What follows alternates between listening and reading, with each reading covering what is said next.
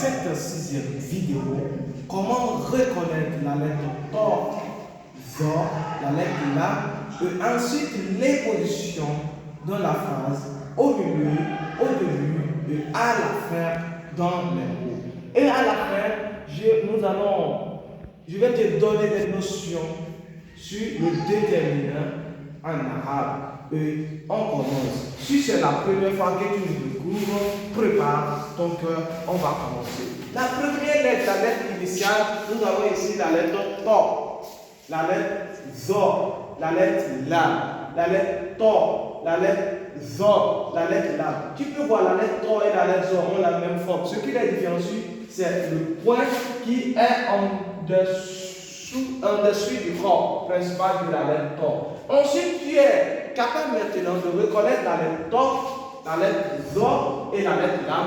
Venons, on va parler de les positions dans le mot ou bien dans la phrase.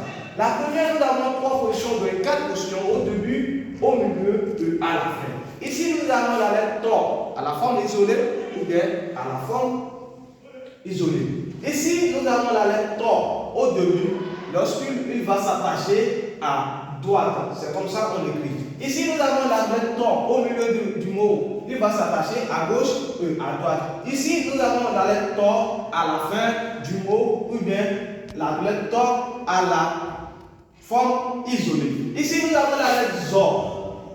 La lettre ZO au début du mot, la lettre ZO au milieu du mot, il va s'attacher à gauche et à droite. Et la lettre ZO à la fin du mot ou bien la lettre ZO à la forme isolée. Tu peux remarquer ici que ces 2 lettres ont la même forme. Au début, au milieu et à la fin. Ce qui les différencie maintenant, c'est le point qui vient de se fixer en dessus du corps principal de la lettre TO. Tu es capable maintenant de reconnaître la lettre TO, la lettre ZO, au début, au milieu et à la fin. Maintenant, nous allons parler de la lettre LAM. La lettre LAM, c'est comme ça on écrit. Ça s'écrit comme la lettre N.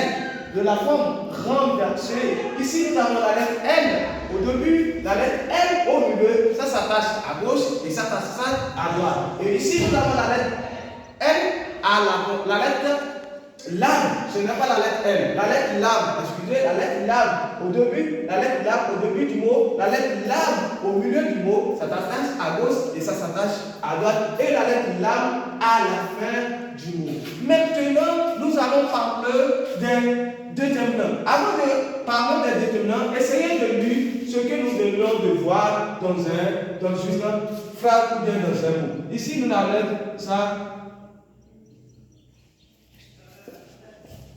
C'est fort bas. Si on met un point ici, vous voyez, ça donne ZO bas. C'est un peu ça. Ici, nous avons la lettre LA.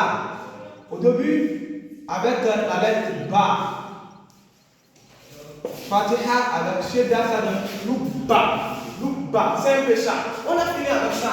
On va aborder la 3e leçon qui va parler de la règle de la lecture. Nous allons parler des déterminants. En français comme en arabe, en français nous avons les déterminants et en arabe nous avons aussi des déterminants. Les déterminants en français, on a les noms définis et les noms indéfinis. Les noms définis, on parle des pronoms le, la, le être apostrophe ou bien le. Au niveau des noms indéfinis, on parle des pronoms une ou un ou quoi ou deux. C'est exactement le même procédé réalisé en arabe. Par exemple, nous pouvons dire que la porte. On dit la porte ou bien une porte. La porte ou une porte. La porte, c'est quoi? C'est un nom défini. Et ici, une porte, c'est un nom indéfini. Le même procédé est réalisé en arabe. Et pour réaliser cela en arabe, on parle du déterminant du particule al. On parle du particule al. Le particule al ou bien alif ou lam avec le al de hamza de liaison. On appelle cela hamza de liaison. Il vient s'effacer là ensemble. Donc on ajoute le particule al au nom.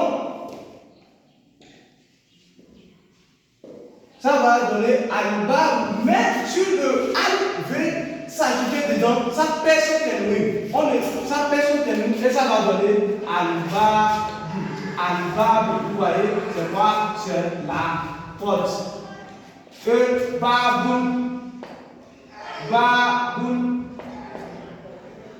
Ça donne une porte. Maintenant, vous êtes capable de reconnaître le déterminant à elle, ou bien vous êtes capable de reconnaître un nom défini et un nom indéfini. Essayons de lire ces mots. Quelques exemples. Nous avons ici al-ilmo. Vous voyez, al-ilmo. C'est quoi? C'est la science. C'est la science. Ilmun. Vous voyez tout cela là. Nous avons déjà appris ça dans les leçons précédentes. Ilmun, ça donne une science. C'est exactement cela.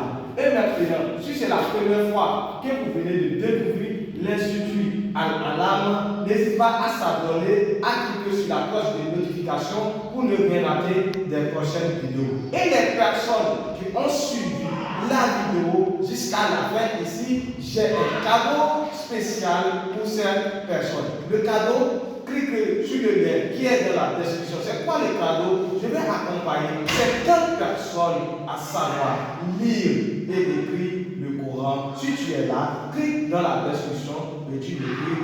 Une personne va te prendre en charge. Maintenant, nous avons terminé la leçon. Rendez-vous à la leçon positive.